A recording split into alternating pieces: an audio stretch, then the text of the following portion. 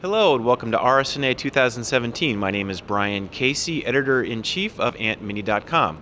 We have with us today a radiologist with a pretty unique distinction. He is Dr. Steve Ferrara, and he is running for Congress in Arizona. Dr. Ferrara, thanks for being with us today. Thanks very much for having me. Yeah. So, Dr. Ferrara, it's pretty novel to have a radiologist running for a federal office like this. Can you talk a little bit about your background and why you decided to get into politics? Sure. Well, I spent 25 years in the Navy. I retired about 18 months ago. So my career in the Navy, where I was trained to be a radiologist, gave me, a great sense of public service. And so running for federal office is really a continuation of that public service. I think there's a great need and a great appetite for a stronger voice for healthcare in the Congress and also for veterans.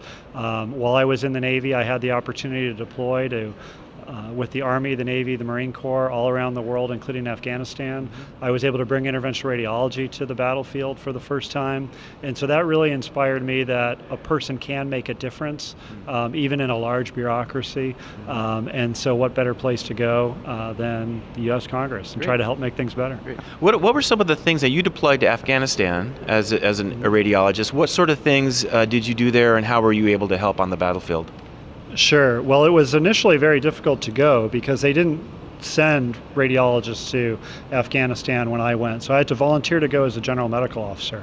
But once I was able to get there, and I was in Kandahar, about a mile away from where I was assigned, there was a MASH-style hospital. And so I went over there to volunteer. It was a NATO-run hospital. And so while I was there, I saw they had a C-arm. And because of all the blast injuries from IEDs, there was a great opportunity to make a big difference for casualties by doing endovascular techniques, interventional radiology techniques.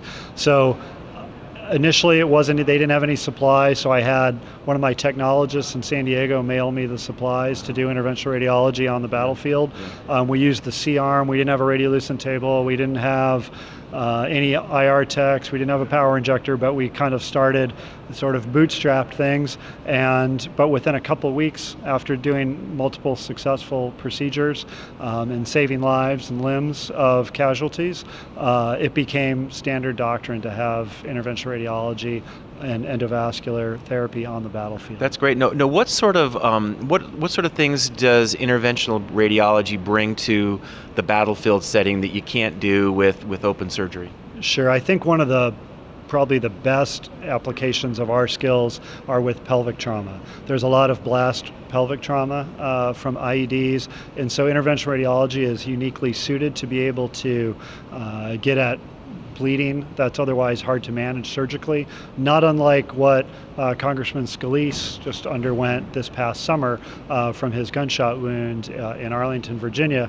And as many people probably know, interventional radiology was able to come in and save the day for Congressman Scalise. So the same techniques that we do every day here in cities across America lend themselves very well on the battlefield.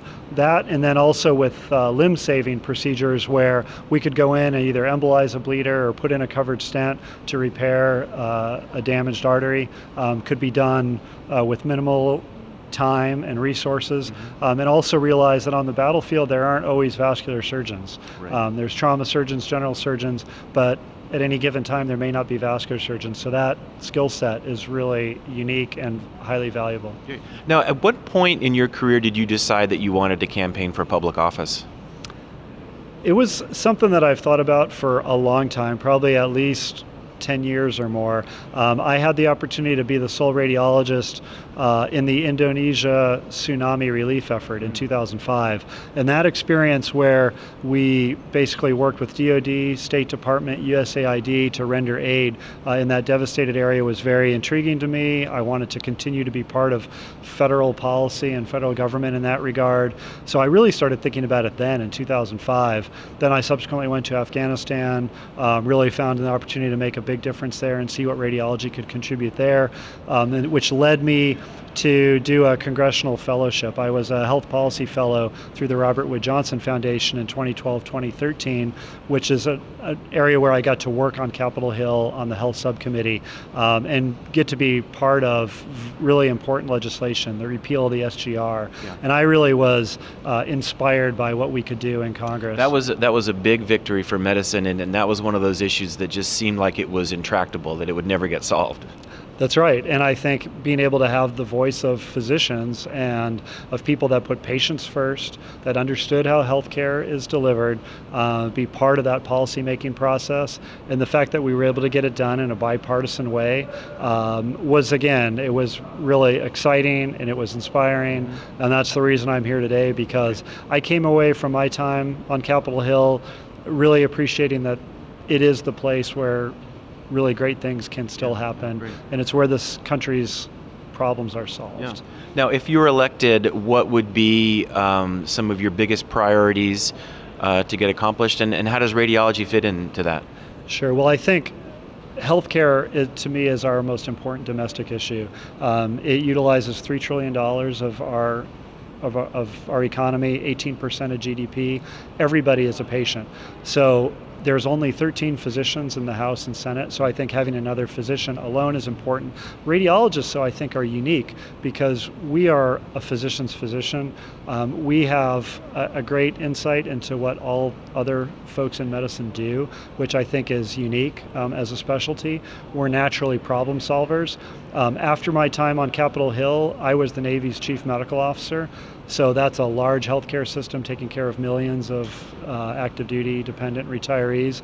And again, I think my radiology experience helped me understand what surgeons and internists and pediatricians and obstetricians are trying to do every day. And so I think it was really valuable. Other policy priorities are veterans affairs.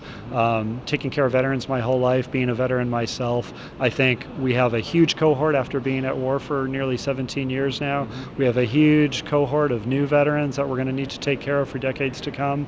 So I think it's important that we get that right. The Phoenix VA is in my district that I'm running in, so that's a very important, something that's near and dear to me, of making sure veterans get excellent health care. And then the third issue is national defense. As I mentioned, I deployed with the Army, the Navy, the Marine Corps. Only 18% of members of Congress have any military background. In the 1970s, it was 75%. Wow. So it's the lowest level in our nation's history. Wow. And again, I think just like it's important to have physicians inform healthcare, I think it's important to have people who have served in uniform inform the decisions we make about our foreign policy. Okay. Great. Now you're running in the 2018 cycle, so you'll have primaries next summer? That's right. Arizona has nearly the latest primary in the country, so August 28th, 2018 will be our primary, which is looking very good right now. I'm certainly the front runner. There's 3 other folks in the primary, but we've gotten out to a great start, and we have a lot of momentum, so we're just going to keep that going through August. And then it's a fairly short sprint to the general. By having such a late primary with early voting and all, it's probably realistically about a 7-week general election. Wow. So, it'll just be one big sprint. So, all right. Well, good luck to you. Thanks very much. Appreciate that. Sure. Well, signing off for AntMini.com, my name is Brian Casey.